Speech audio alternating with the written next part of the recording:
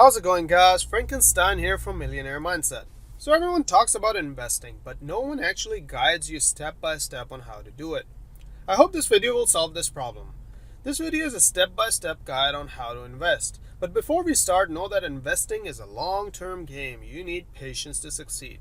Let's get right to it. The very first step is to open a brokerage account. This could be a Roth IRA or an individual brokerage account. What is the difference? Well, Roth IRA is mainly a retirement account. You cannot pull money out of a Roth IRA before you turn 58. And if you do, you have to pay a penalty. Having a Roth IRA has tax advantages. So if you're investing for retirement, I would highly suggest you open a Roth IRA.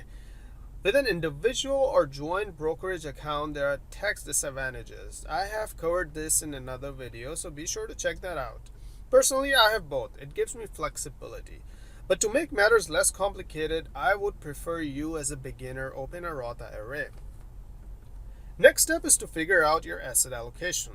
Let's dig into this. There are many ways to invest, like stocks, bonds, mutual funds, ETFs, blah blah blah. Depending on your age, you need to find a good mix of these. Why? Well, because stocks are more volatile than bonds. When you're closer to retirement, your investment portfolio needs to have a good mixture of both stocks and bonds. Here's a model asset allocation. As you can see, as you grow older, the percentage of bonds increases. Why is that? Well, that is to make you less vulnerable to market swings. You don't need to be stuck in a market crash closer to retirement. Here's another model portfolio. This one is a lot more aggressive than the one before. As you can see, this one is 100% stocks all the way till age 45. I like this one a lot more, and probably the asset allocation I will follow as I get closer to retirement. You need to decide what works for you. I'm 27 and I am invested 100% in stocks, and I will keep it that way for a long time. Stocks have higher return than bonds, but they're more volatile and riskier. However, as you can see, the return is a lot more than bonds on average. That's why I prefer investing in stocks. After you have decided your asset allocation, the next step is to buy stocks and bonds in your brokerage account. I will only discuss stocks in this video. This is the most fun step, but you need to be careful in what stocks you choose. Let's walk through it. I only invest in stocks that pay dividends. Here's how I pick my stocks. The first thing I look at is free cash flow, increasing income, and revenue. Now, reading a balance sheet is another topic which will be covered in another video. The second thing I look at is how many years the company has increased its dividend, and by what percentage have they increased their dividend. How do you do that? Let's go to dividend.com and check out Apple, one of the most popular stocks these days. Enter the stock symbol and see how many years Apple has increased its dividend. As you can see, it's 6 years. That's a healthy sign. The more years, the more confidence I have in the company. The next thing I look at is the payout ratio. Well, what is the payout ratio? Payout ratio, if simply put, is the proportion of earnings paid out as dividends.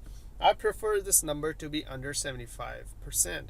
Anything above 90% could mean that the company is about to get in trouble. Maybe not. I like this number to be less than 75. And you can look at the payout ratio on dividend.com as well. Now try to find companies like that. Companies that have increasing revenue and income and have increased their dividend for at least 5 years with a payout ratio of less than 75%.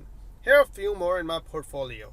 This is one of the accounts. I will share my entire portfolio in another video.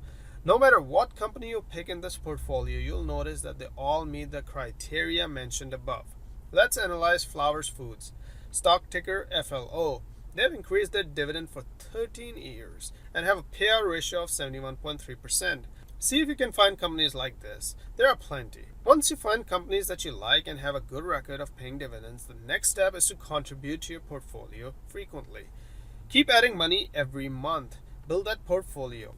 Now you need to monitor these companies every now and then. The easiest way to monitor them is by looking at the payout ratio. And when I say monitor these companies, I don't mean be glued to your screen watching every move. Don't sell these companies unless the fundamentals of the company have changed. Be patient and do not react to market swings. Sit back and relax. Leave your investments alone for years. Let's talk about returns. Let's say you have 100 shares of a stock priced at $100 and you leave it alone for 30 years. At the end of 30 years, you will have 704 shares of the same stock and the total value of 708K. Values I've entered in this calculator are very reasonable and very doable. How do you get these beautiful returns? Because of a concept called compounding. Compounding is when you reinvest the earnings which generate their own earnings. I don't have time to go over compounding in detail. Be sure to check out my video on compounding returns. Play with the numbers and see what works for you. Remember, you can do this on your own. You do not need a financial advisor. Do not fall in this trap. There are many scammers out there trying to get your money. You do not need any subscriptions or financial advisors. Do it yourself. I'm doing it myself. If I can do it myself, you can too. I know this video focused mostly on investing in stocks because of time constraint. I will do a separate video on investing in bonds and also real estate. I know a lot of you are interested in how to invest in real estate. I hope this video made sense to you. Tell me about your investments and how you plan on growing your investment. Are you just starting out? Leave a comment. Be sure to hit that like button and do not forget to subscribe.